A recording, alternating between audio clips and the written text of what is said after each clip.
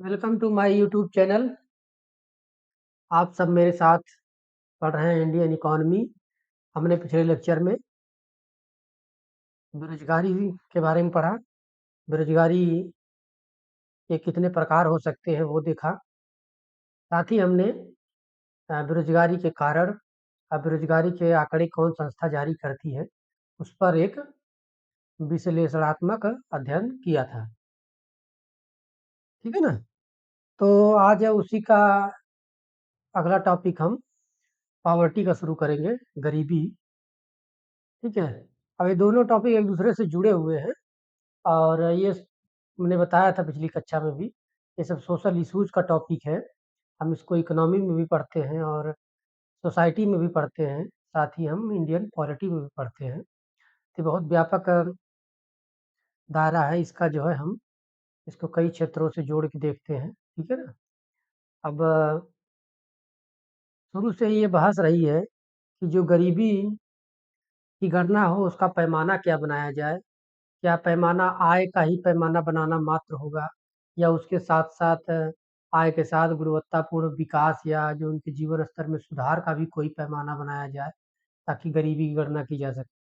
क्योंकि गरीबी मुख्यतः देखिए, चाहे कोई भी देश हो या किसी भी देश में कोई भी व्यवस्था का संचालन हो रहा हो, वो व्यवस्था जो है हम जो भी चाहे नियम कानूनों के तहत चलाई जा रही हो, हम उसके तहत जो है 100% कार्यान्वयन हमारा संभव नहीं हो पाता। ठीक है। कई सारी जो है कि समाज में अलग नियम, अलग मूल्य विकसित होते हैं, जिनकी वजह से भी कई ऐसे कारण हो सकते हैं, जिनका पूरी तरह से इम्प्लीमेंटेशन होना संभव नहीं हो पाता। साथ ही जो है हम ये भी देखते हैं कि जो संसाधन हैं, उस संसाधनों का वितरण, समान वितरण, इक्वल डिस्ट्रीब्यूशन सुनिश्चित करना एक राज्य के लिए बहुत बड़ी चुनौती होती है। कि संसाधन लोगों तक कैसे पहुँचाए जाएँ, कौन-सी आर्थिक नीतियाँ बनाई जाएँ, कौन से कानून बनाए जाएँ और कौन से जो है हम अपना इंफ्रास्ट्रक्चर कैसा डेवलप करेंगे, ताकि जो है सबके साथ जो है जो संसाधन है सबके पास सही मात्रा में वितरित हो पाएँ। ठीक है। लेकिन ऐसा देखा नहीं जाता, ऐसी भी बहुत सारी कमियाँ भी देखी जाती हैं। ठीक है। हमारा लक्ष्य संविधान ने हमें दिया है जो है कि कुछ जो समाजवादी दृष्टिकोण के हैं, हम डीपीएसपी में देखते हैं, उसमें भाई राज्य जो है कि समतामूलक वितरण करेगा संसाधनों का। तो राज्य अपना प्रयास करता है, लेकिन उसके साथ-साथ बहुत सारी चुनौतियाँ सामने होती हैं जो इसके इसके प्रयास में बाधा बनती हैं। ठीक है। जैसे मान लीजिए जो समाज में ज़्यादा पढ़े-लिखे शिक्षित वर्ग हैं, वो और उनके पास संसाधन की उपलब्धता है, तो वो जो है कि उस संसाधन का प्रयोग करके और आगे बढ़ जाते हैं और अपनी जो सामाजिक स्थिति है, वो प्रतिष्ठा वो भी बढ़ाते हैं, साथ-साथ में आय का सृजन भी बहुत तेज़ी से बढ़ा लेते हैं। और जो पहले से वंचित हैं, शोषित हैं, उनके लिए यदि समान प्लेटफ़ॉर्म की आवश्यकता, उनकी उन जो ज़रूरत है नहीं पूरी हो पाती, तो ऐसी स्थिति में वो समाज से ही पिछड़े रह जाते हैं। और यदि इनकी संख्या बहुत बड़ी हो, तो और राज्य के लिए बहुत बड़ी समस्या हो जाती है, समाज के लिए भी हो जाती है कि इनकी जो है समस्याओं को कैसे दूर किया जाए। उन्हीं का पार्ट एक गरीबी के रूप में हम देखते हैं कि गरीबी जो है समाज की सबसे कमज़ोर कड़ी है।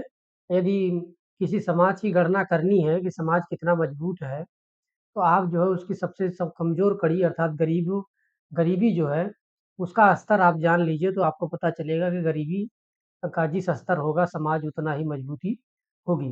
ऐसा नहीं कहते, आपका सुनते होंगे कि कोई चेन उतनी ही मजबूत होती है जितनी उसकी कमज़ोर कड़ी। अगर कमज़ोर कड़ी जो है कि आप उससे जैसे ही उसमें अ, खिंचाव बल देंगे चेन में, तो कमज़ोर कड़ी पहले टूटेगी। इसका मतलब वह चेन उतनी ही मजबूत है, जितनी कमज़ोर कड़ी है।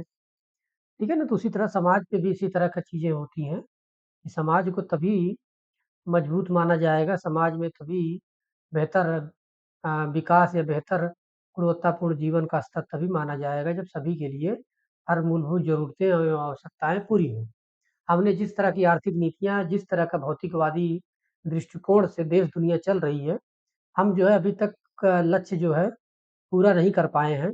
हम देखते हैं कि जितनी चीज़ें हम लोगों को गुणवत्तापूर्ण जीवन के एक स्तर पे हम लाते हैं, फिर वो जो है कि कुछ समय के बाद जो है धीरे-धीरे जो फिर उतनी ही संख्या फिर नई जो है आ जाती है। ये भी एक बड़ा कारण है कि जिसे कहता है गरीबी उन्मूलन। गरीबी उन्मूलन का मतलब होता है कि हम पूरी तरह से गरीबी को खत्म करें। अब आज़ादी से लेके अब तक कई सारे आंदोलन देखे होंगे, गरीबी हटाओ और कई सारी बहुत बड़ी मात्रा में सरकारी स्कीमें भी आपने सुनी होगी, ठीक है ना? जो इस पे कार्य करने के लिए। लेकिन अभी भी देखा जाए तो बहुत बड़ी संख्या जो है गरीबों की हमारे देश में निवास कर रही है, ठीक है ना? बहुत बड़ी संख्या गरीबों की हमारे देश में अभी भी निवास कर रही है, रह रही है। गरीबी का तात्पर्य यही होता है कि जीवन की जो न्यूनतम उपभोग की आवश्यकताएँ हैं, उसको प्राप्त करने में व्यक्ति असमर्थ हो जाता है। ठीक है, न्यूनतम आवश्यकता क्या हो सकती है? उसके खाने के लिए उपलब्धता हो, उसके रहने के लिए हो, उसके पीने के लिए हो, मतलब रोटी, कपड़ा, मकान जिसको कहते हैं, उसकी उपलब्धता यदि मूलभूत ज़रूरी है जो व्यक्ति के ज़िंदा रहने के लिए और होनी चाहिए, अगर वो भी नहीं पूरा कर पा रहा है, तो कहा जाएगा गरीबी का स्तर बहुत ही निम्न है। बहुत ही उच्च मतलब निम्न नहीं मतलब गरीबी का स्तर जो है काफ़ी ज़्यादा भयानक है और बहुत ही खतरनाक स्थिति है गरीबी की। तो ऐसे में देखेंगे आप हमारे देश में नहीं ऐसे हर देशों में आपको इस तरह के समूह वर्ग मिलते हैं। कहीं पे संख्या आपको अधिक मिलेगी, कहीं पे कम मिलेगी। अब ये जो है कि यदि कहा जाए आपसे कि गरीबी हटाने के लिए आप क्या कर सकते हो? तो देखिए एक साइक्लिक चक्र चलता है, ठीक है ना? जिसको कहा जाता है गरीबी का दुष्चक्र। गरीबी का दुष्चक्र कहा जाता है, ठीक है ना? गरीबी के चक्र का मतलब यही हो गया कि जैसे मान लीजिए जो गरीब है, ठीक है? गरीब है इसका मतलब उसकी क्या होगी?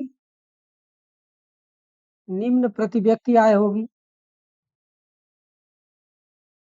ठीक है? निम्न प्रति व्यक्ति आय होगी, इसका मतलब उसका जो निम्न जीवन स्तर होगा, मतलब वो बहुत ही सोच समझ के चीज़ें उपभोग करता होगा, ठीक है ना? क्योंकि पैसे उसके पास कम हैं, ठीक है ना? इसका मतलब हो गया कि स्वास्थ्य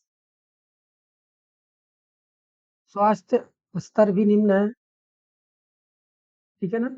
और आप देखेंगे शिक्षा का स्तर भी निम्न होगा, नीचे एरो का मतलब कम हो रहा है, निम्न है, ठीक है ना? और भी देखेंगे जो भी विकास होगा वो भी निम्न स्तर का होगा उसका, ठीक है ना? इसका मतलब कुल मिला-जुला के उसकी उत्पादकता जो है निम्न होगी, ठीक है? और निम्न उत्पादकता होगी तो इसका मतलब जब उसकी उसका बचत कम होगी, बचत निवेश कम होगा, ठीक है? और इसके बाद में क्या मतलब उसकी आर्थिक समृद्धि कम होगी,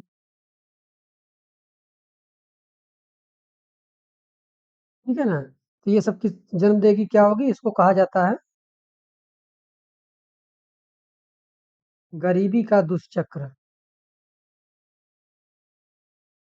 मतलब गरीबी गरीबी को जन्म देती है। क्यों? कि अगर एक पीढ़ी में अगर मान लीजिए गरीबी की स्थिति है, तो ना वो अपने बच्चों को शिक्षा दे पाएगा, ना आय के स्रोत के लिए साधन डेवलप कर पाएगा, ना ही जो है विकास की प्रक्रिया में अपने आप को भागीदार बना पाएगा। और ऐसी स्थिति में अगली पीढ़ी स्वतः ही गरीब हो जाती है। जब अगर गरीबी के दुष्चक्र को हम तोड़ दें, तो ही है गरीबी से वो बाहर आ सकता है। गरीबी का दुष्चक्र तोड़ने का मतलब ये हुआ कि जैसे अभी की पीढ़ी का में गरीबी है, ठीक है ना? उसको जो है कि ऐसे संसाधन मुहैया करा दिए जाएँ, ठीक है ना? संसाधन उनके लिए उपलब्धता ऐसी कर दी जाए कि उनका जो है चाहे वो या उनकी पीढ़ी, उनके बच्चे जो है, उसमें क्या करें, उसको ब्रेक कर पाएँ, उनके पास आय का स्रोत बन जाए, ठीक है ना? यदि आय का स्रोत बन पा रहा है, गरीबी को तोड़ पा रहे हैं, ये दुष्चक्र जो है जैसे ही अगली कड़ी में टूटेगा, फिर इसके बाद में इसका मतलब रोज़गार लोग पा गए, आय का सृजन बेहतर हो गया, तो फिर वो अगली पीढ़ी उसी क्रम में कंटिन्यू चलती रहेगी, ठीक है ना? ये गरीबी का दुष्चक्र तोड़ना जो है बहुत ही अ, चुनौती भरा मुद्दा है, भई कैसे गरीबी के दुष्चक्र को तोड़ा जाए क्योंकि गरीबी गरीबी को जन्म दे रही है।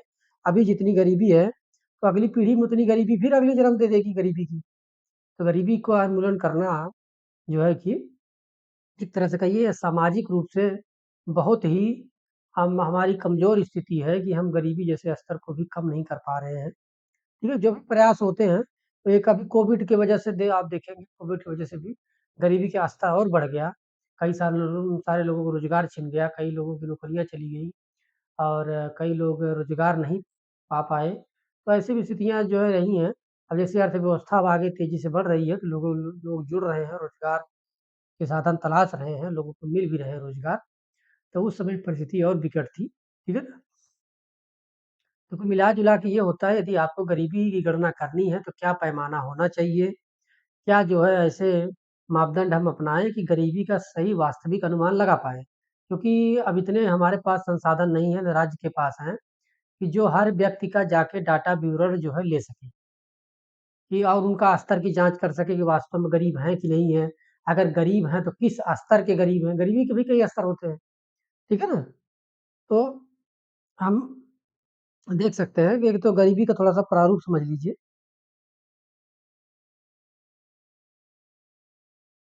लेकिन एक होती है सापेक्ष गरीबी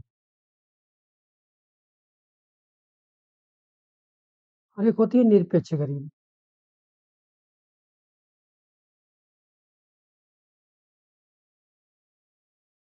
ठीक है ना? तो ये हो गया relative poverty and absolute poverty. अब देखिए इसमें क्या होता है विभिन्न जो आय वर्ग है के बीच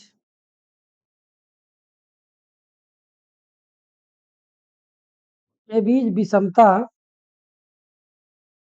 की गणना करते हैं, ठीक है ना?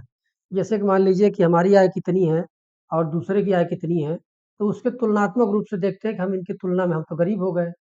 हमारी हमारी आय 2 लाख रुपए है और दूसरे की 4 लाख रुपए है, तो उसकी तुलना में कहा जाएगा कि ये जो है सापेक्षिक रूप से हमारी जो स्तर है गरीब जीवन का वो कमज़ोर है मतलब गरीबी का स्तर है, ठीक है ना? कुछ लोगों की आय या जीवन स्तर सामान्य लोगों से निम्न होता है, ठीक है ना?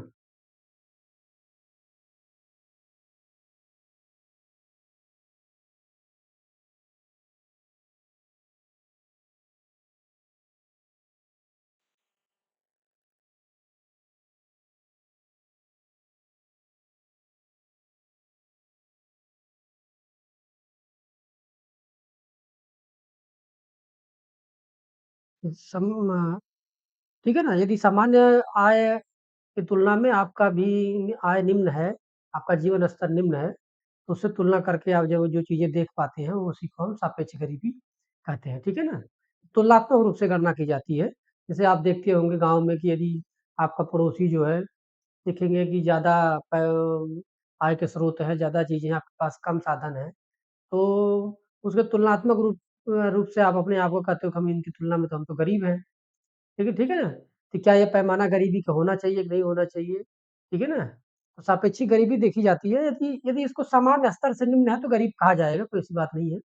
समान स्तर का भी निर्णय करना बड़ा कठिन होता है कि समान स्तर माना किया जाए। तो उसी को हम देखें गरीबी के जो आकलन करने के लिए पैमाने क्या बनाए गए हैं भारत में और विश्व स्तर पे क्या पैमाना बनाया गया है उसको हम समझेंगे। निरपेक्ष गरीबी मतलब जो वास्तविक गरीब है मतलब उसमें बुनियादी आवश्यकताओं बुनियादी आवश्यकताओं जैसे मान लीजिए भोजन हो गया, पेयजल हो गया, ठीक है ना? कपड़ा हो गया, स्वास्थ्य, शिक्षा हो गई, ये सब इत्यादि जो है बुनियादी आवश्यकता कह सकते हैं। का जो है अभाव या की उपलब्धता अत्यंत कम, तो उनको निरपेक्ष गरीबी कहते हैं, ठीक है ना? तो इसी को ही जो है भारत में निरपेक्ष गरीबी का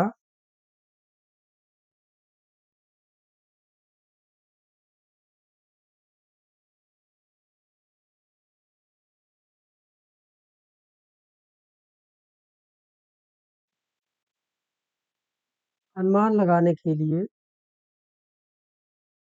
गरीबी रेखा की अवधारणा लाई गई।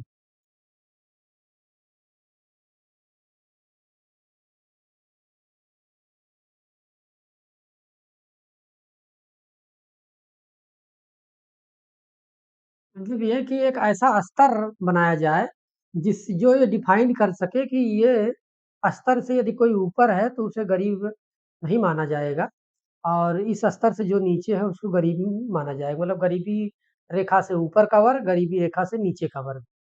ठीक है ना? गरीबी रेखा एक ऐसी लाइन है या स्तर है जिसमें कोई भी व्यक्ति अपनी न्यूनतम आवश्यकताओं की पूर्व मूलभूत आवश्यकताओं की पूर्ति करने में सक्षम रहता है। तो उसे पॉवर्टी लाइन कहेंगे।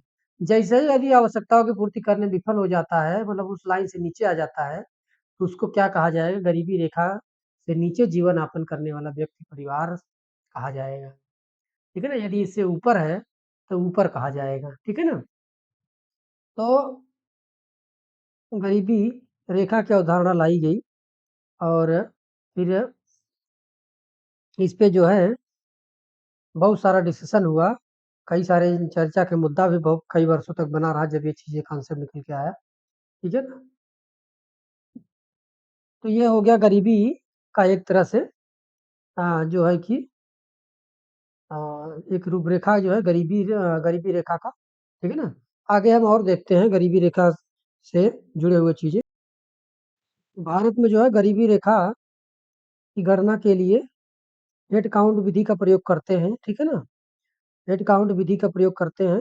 इसमें हम उन्हीं लोगों की गणना करते हैं जो गरीबी रेखा से नीचे हैं। ठीक है ना? हेड काउंट विधि के प्रयोग से ही हम गरीबी रेखा से नीचे की गरीबी रेखा की गणना के लिए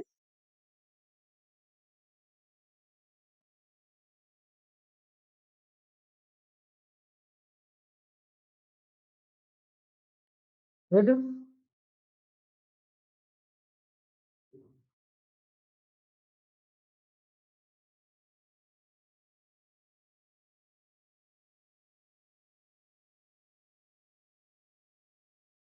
ठीक है ना? हेड काउंट विधि का प्रयोग करते हैं जो गरीबी रेखा से नीचे के लोग हैं। ठीक है ना?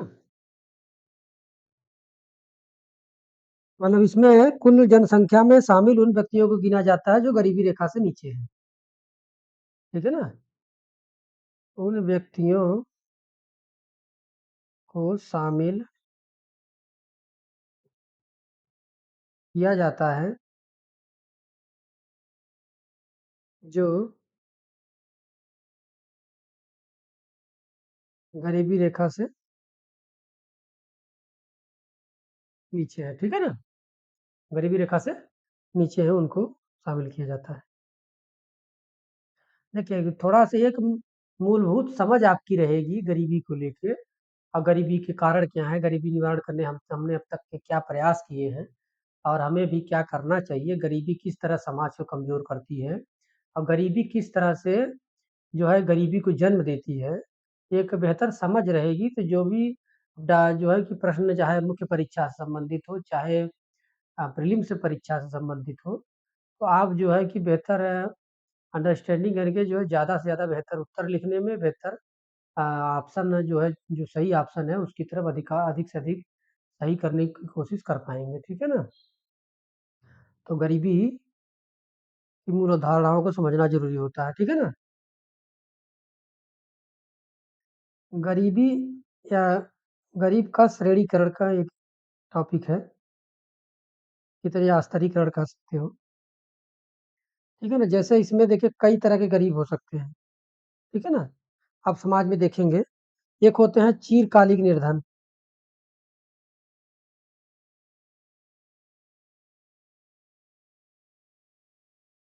आप देखते होंगे अच्छा चिरकालिक निर्धन।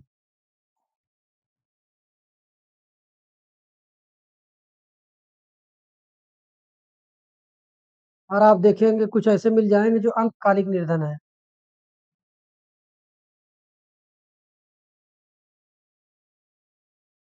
और कुछ होंगे कभी निर्धन थे ही नहीं।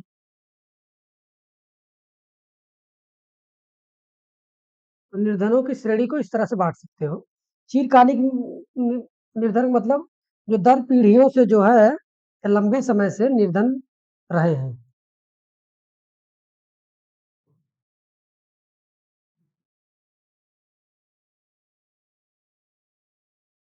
और अभी भी निर्धन है। अल्पकालिक मतलब जो थोड़े समय के लिए होते हैं।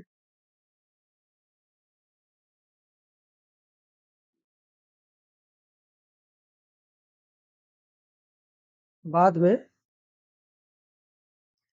जो है निर्धन नहीं रहते।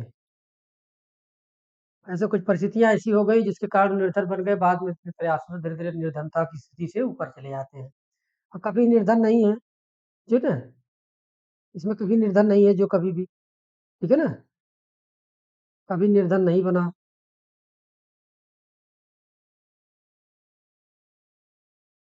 ऐसे भी समाज में देख सकते हैं जो दर पीढ़ियों से जो है राजशाही खानदान से हैं या बड़े नवाबों से हैं या बड़े अमीर घरानों से रहे हैं, कि इतना ज़्यादा धन संपदा है, कि उनकी पीढ़ियाँ अभी तक चली आ रही है और गरीब कभी स्थिति कभी पैदा ही नहीं हुई।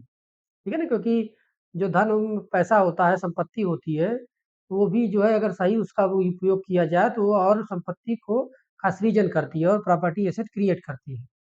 ठीक है ना? तो आप यदि उसमें थोड़ा-सा भी आप जो है कि बेहतर मैनेजमेंट से आप चल रहे हैं, तो उसमें जो है कि आय का सृजन बना रहेगा और उसमें दर पीढ़ी चलती रहेगी, तो कभी गरीबी की स्थिति उनके उसमें आएगी नहीं, ठीक है ना? तो ये सब जो है आप देखेंगे, ठीक है ना?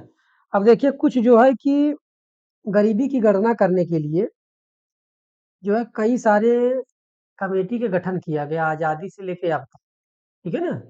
तो वो जो है कि क्या जो है कि रिकमेंडेशन रही हैं उन कमेटियों को, एक बार ब्रीफ में हम समझते चलते हैं, ठीक है ना? फिर हम एक बार एक करीबी के डाटा आँकड़े को भी समझेंगे जो भी हाल लेटेस्ट में डाटा आया है। उसमें जो भी चीज़ें हैं, आपका टेक्निकल टर्म है, ये सब चीज़ें हैं, एक बार फिर से आपका रिवाइज़ भी हो जाएगा और साथ में जो है इसके कारण निवारण सारी चीज़ें आपको कंटेंट के रूप में मिल भी जाएँगी, ठीक है ना? तो कई सारी समितियों का गठन किया गया गरीबी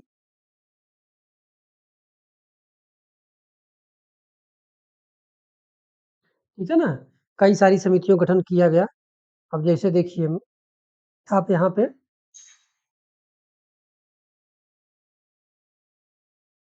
देखिए इस नोट्स में जो है आपको सारे डाटा मिल जाएँगे। मैं मेरे टेलीग्राम चैनल पे आप इसको जाके डाउनलोड कर लीजिएगा, ठीक है ना? तब यहाँ पे गरीबी के मापदंड का पैमाना क्या होना चाहिए? इस बार में कई प्रश्न उठते रहे हैं। क्या सिर्फ़ आय स्रोत देखना चाहिए या दूसरे महत्वपूर्ण पहलू शिक्षा, स्वास्थ्य, मूलभूत ज़रूरतों को शामिल किया जाना चाहिए? समय-समय पर इन पैमानों में बदलाव भी किए गए हैं, ठीक है ना? तो ये सब चीज़ें हैं। बाकी गरीबी क्या परिभाषा क्या है हमने बता ही दिया उसी तरह से है। और समाजशास्त्री हेनरी बर्नस्टीन ने 4 आयाम बताए हैं गरीबी के, कि अगर मान लीजिए जीविका रणनीतियों का अभाव हो, संसाधन की अनुपलब्धता हो, असुरक्षा की भावना हो, संसाधनों के अभाव में सामाजिक संबंध रखने और विकसित करने की क्षमता हो, तो ये सब जो है गरीबी के आयाम हैं, ठीक है ना? और देखिए यहाँ पे अलग-अलग जो है कमेटियों का गठन किया गया स्वतंत्रता के बाद से अब तक, ठीक है ना? और जैसे 1962 में योजना आयोग का गठन मतलब योजना आयोग का कार्य समूह का गठन किया गया योजना आयोग द्वारा, जिसने गरीबी पर की गणना के लिए कार्य किया, ठीक है ना? इसके बाद देखेंगे बीएम दांडेलकर और एनरथ कमेटी बनी 1971 में, ठीक है ना? ये मैच कराने के लिए ऐसे पूछा जा सकता है या फिर कौन-सी कमेटी कब बनी? ये अलग समिति बनी 1979 में, ठीक है ना? अलग समिति ने जो रिपोर्ट में कहा था, इसमें कहा था इसको इन्होंने अ, कैलोरी मतलब जो उप अ, उपभोग स्तर है उसको माना था इन्होंने, आय नहीं माना था। जैसे इन्होंने कहा कि शहरी स्तर पर 2100 कैलोरी प्रतिदिन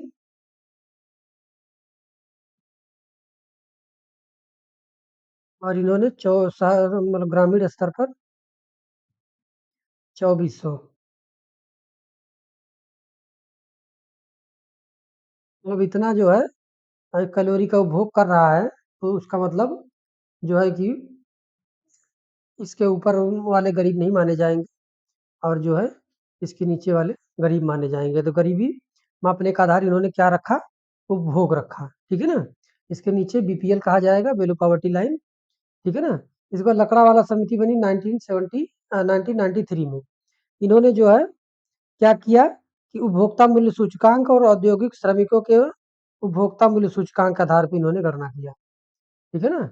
इसका मतलब इन्होंने उपभोक्ता मूल्य सूचकांक और शहरी क्षेत्रों के लिए मतलब औद्योगिक औद्योगिक श्रमिक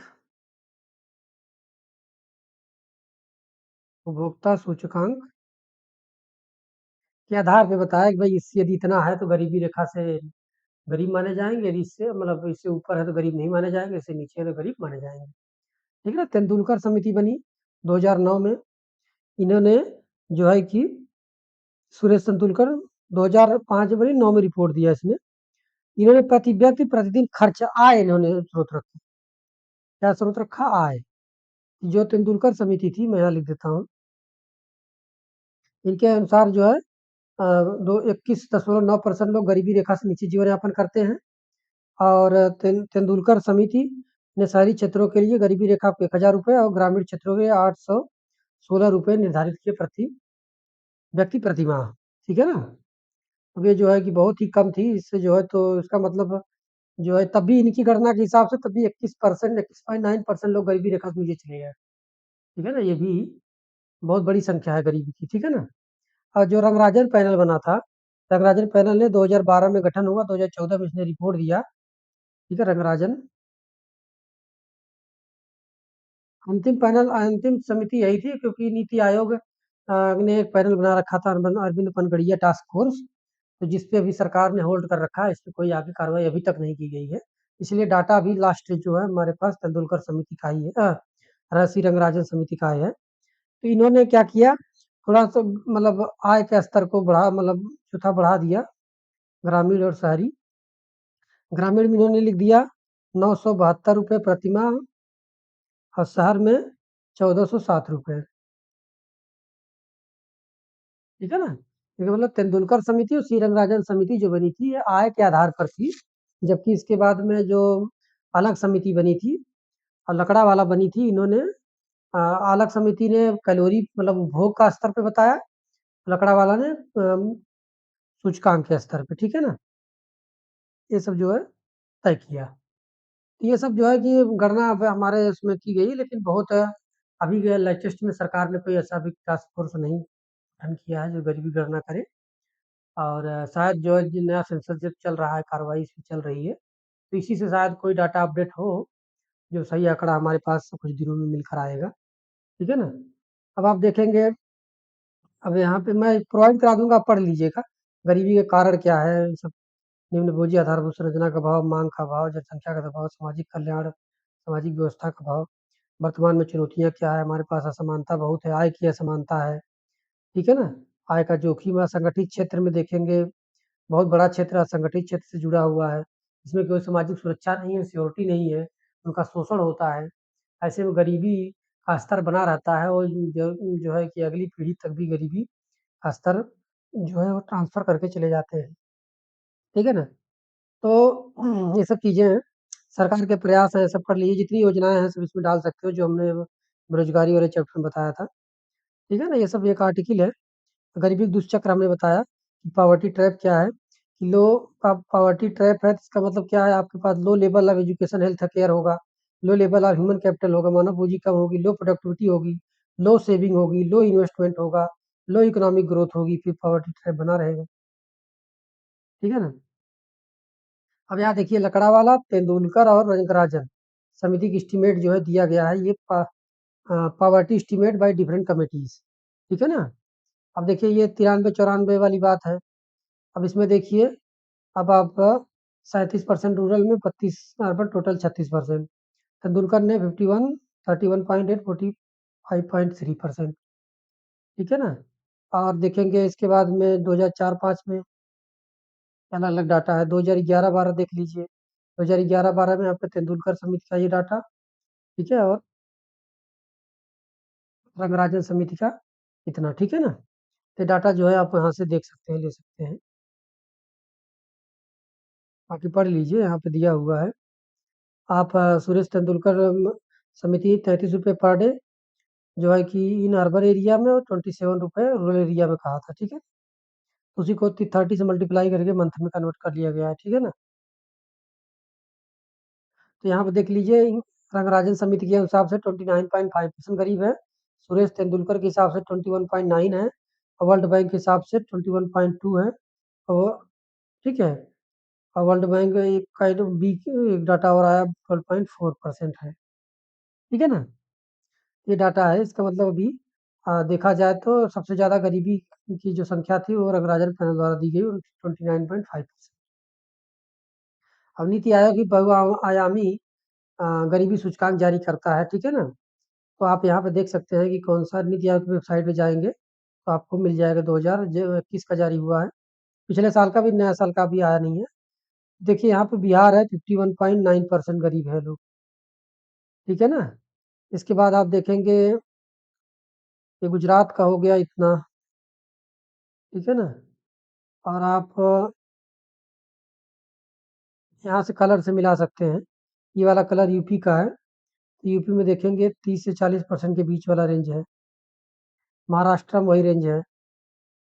20 से 30 वाला देख लीजिए, ये है आपका उड़ीसा है, पश्चिम बंगाल है। ठीक है ना? छत्तीसगढ़ है, ये सब है।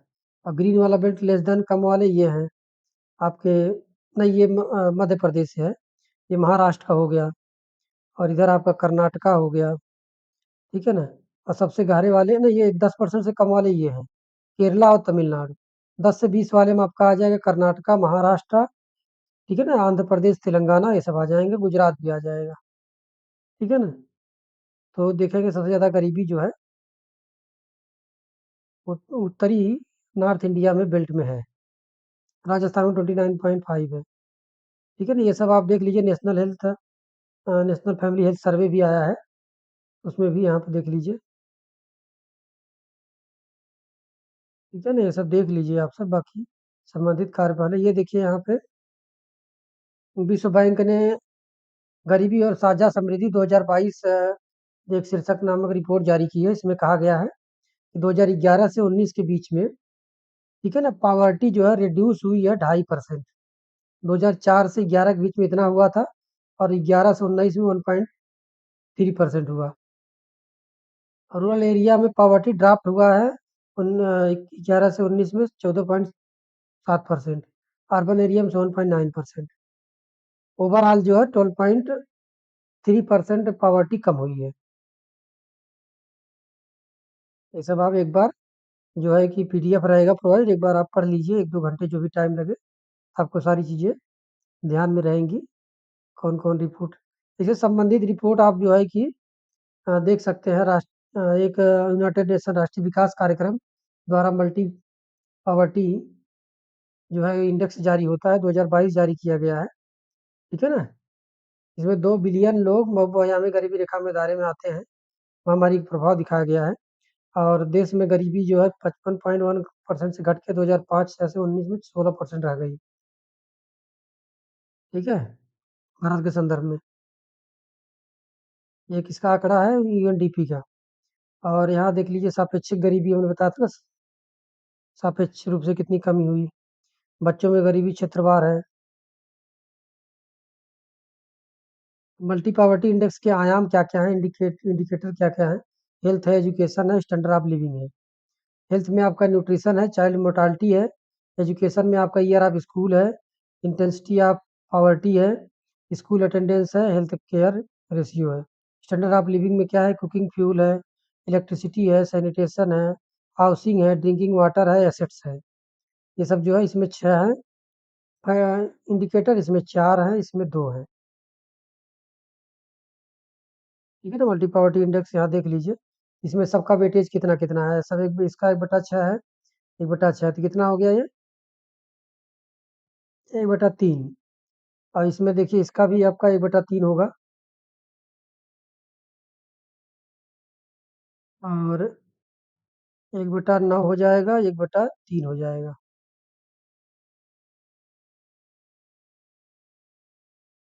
ठीक है? और इधर देख लीजिए 1/18, 1/18 कितना हो गया? 4/18 हो जाएगा, तो ये हो जाएगा 2/9। और यहाँ पे कितना हो जाएगा? एजुकेशन का वेटेज 1/6, तो ये हो जाएगा 1/3। 1.18, 1.8, 1.9 हो गया। ठीक है? यहाँ से इसको ऐड कर लीजिए,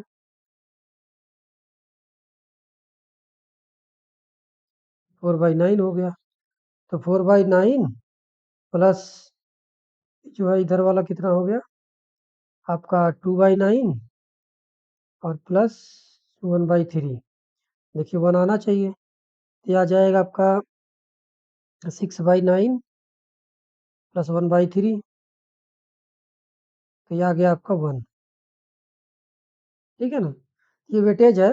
आप देखेंगे स्टैंडर्ड ऑफ लिविंग का वेटेज 2/9 है, सबसे ज़्यादा वेटेज एजुकेशनल का है। नहीं, एजुकेशनल का नहीं है, सॉरी गलत हो गया है। तो नहीं, सभी का वेटेज बराबर है, सॉरी इसमें इस तरह से नहीं, मैं सोच रहा था लाइन गलत है। यहाँ पे सभी का वेटेज 1/3 1/3 1/3 है। ठीक है ना, ये 1/6 1/6 1/3 हो गया, इसमें भी 2 है 1/3, और ये जो है 6 नंबर है ना, तो 6 इंटू 1/8 हो जाएगा, ये भी 1/3 हो जाएगा। सभी का वेटेज बराबर है। ठीक है ना, सभी का वेटेज बराबर है, 1/3 बाकी ग्लोबल हंगर इंडेक्स है 2022, इसमें देखेंगे 121, इसमें भारत 107वें स्थान पे पहुंच गया है। ये 2022 का डाटा है, आप लोग नोट कर लीजिए। ठीक है ना, वैश्विक भूखमरी सूचकांक, इसमें क्या क्या आधार लिए गए हैं, अल्प पोषण है, चाइल्ड स्टंटिंग है, चाइल्ड वेस्टिंग है, बाल मृत्यु दर है। ठीक है ना, अंडर न्यूट्रिशन है, मतलब इस कम कैलोरी सेवन करता है। चाइल्ड स्टंटिंग मतलब इसमें क्या है, जो कद उसकी आयु के अनुरूप कम हो, मतलब जितने उम्र में उसकी हाइट होनी चाहिए उतनी उतनी हाइट नहीं दिख पाती। चाइल्ड वेस्टिंग मतलब हो गया कि वजन के हिसाब से कद नहीं है। ठीक है ना, मतलब यदि जितना कद है उसमें वजन ही कम है, मतलब जितना वजन होना चाहिए वो भी नहीं है। चीज़ें हैं, भारत में ग्लोबल वार्मिंग आलोचना क्यों होती है, इसका तर्क दिया गया। बाकी भुखमरी निपटने के लिए पोषण हो गया, मातृ Vandana Yojana, food fortification mission, इन दोनों से हो गई, ट्राइड मूवमेंट हो गया, और भी बहुत सारी स्कीमें हैं, आप पढ़ते रहिए, इसमें ऐड कर लीजिएगा। इससे मैंने मैटर सारे बहुत दे दिए गए, मानव विकास रिपोर्ट दे दिया है, इसका भी आधार है, आप देख लीजिए। बाकी एक ओवरऑल जो है गरीबी और ग्रामीण विकास पे ये एक नोट्स है। ठीक है ना, इसको एक बार थ्रू आउट पढ़ लीजिए। ठीक है ना, एक आपकी कंटेंट आपको बेहतर मिल पाएगा, मैं प्रोवाइड करा दूंगा। ठीक है ना, ये सब कर लीजिए, तो थोड़ा सा ये थ्योरेटिकल टॉपिक है, और इसको पढ़ते रहेंगे, पढ़ लीजिए एक बार, और जो भी कमेटी वगैरह बनी है उनका क्या रिकमेंडेशन है एक बार देख लीजिए। तो ओवरऑल जो उस तरह की चीज़ें हैं जो प्रीलिम्स स्तर पूछी जाएंगी, तो आपको पता रहेगा। बाकी एक सारी चीज़ें देख लेंगे, रिपोर्ट डाटा वाटा, तो आपको एग्जाम में मेंस में कोट करने का काम आएगा। ठीक है ना, ये सब चीज़ें आप देखिएगा, फिर हम अगले नेक्स्ट लेक्चर में आगे देखेंगे एक इकोनॉमी का नया टॉपिक। ठीक है ना, तो ये सब पढ़ लीजिए, मैं इसको टेलीग्राम चैनल का लिंक मेरे इस वीडियो के डिस्क्रिप्शन बॉक्स में रहेगा, आप वहाँ से जो है इसको डाउनलोड कर लीजिए। ठीक है ना, मैंने स्कीम के भी 1-2 स्कीम भी इसमें दे दिया है, अब वहाँ से इसको पढ़ लीजिए। कुछ आप जो चीज़ें हैं आप नेट से भी डाटा सर्च कर सकते हैं, नीति आयोग की वेबसाइट पे जाएंगे तो ये आपको डाटा मिल जाएगा, जो राष्ट्रीय स्तर की मतलब बहुआयामी गरीबी सूचकांक जारी होता है, नीति आयोग जारी करने लगा है देश स्तर की, जो है कि पॉवर्टी का, किसमें पॉवर्टी ज़्यादा है किसमें कम है। ठीक है ना, ये सब देख लीजिए, इसमें ज़्यादा टॉपिक उस तरह के नहीं है। ठीक है ना, आप लोग पढ़ लीजिए, फिर नेक्स्ट टॉपिक में हम फिर आगे मिलते हैं। ठीक है ना, तो ओके, थैंक यू।